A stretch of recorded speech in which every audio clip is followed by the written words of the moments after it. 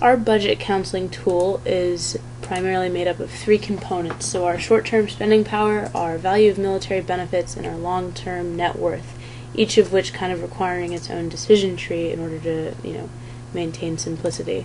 So a few assumptions and limitations. We're assuming specific tax rates, uncertain deployment schedules, active duty soldiers, typical promotion timelines, and constant rates of inflation for long-term planning purposes. Our limitations are that it's currently designed for soldiers with less than 30 years of service, doesn't include or assume disability, and it doesn't include dependents in BAH, but all this is still under development. We're trying to work out some of the kinks and keep enhancing our final product. So the immediate spending power component is broken up with by expenses and income. So stuff such as BAH, BAS, and other perhaps spousal income is factored in, and then there's variable costs and fixed costs, as you can see, and that factors into the expenses.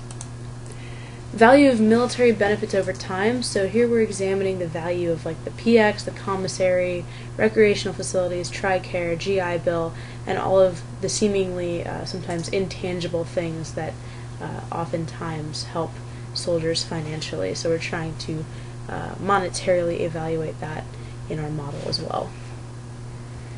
Lastly, we have the long-term net worth. So this is kind of like the long-term financial planning tool, and it's structured using equity and debt.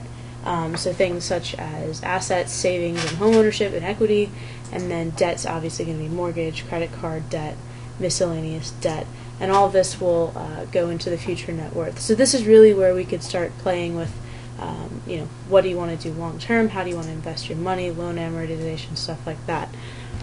And then just a quick documentation slide with where we got all of our links and charts and data from that is in our file.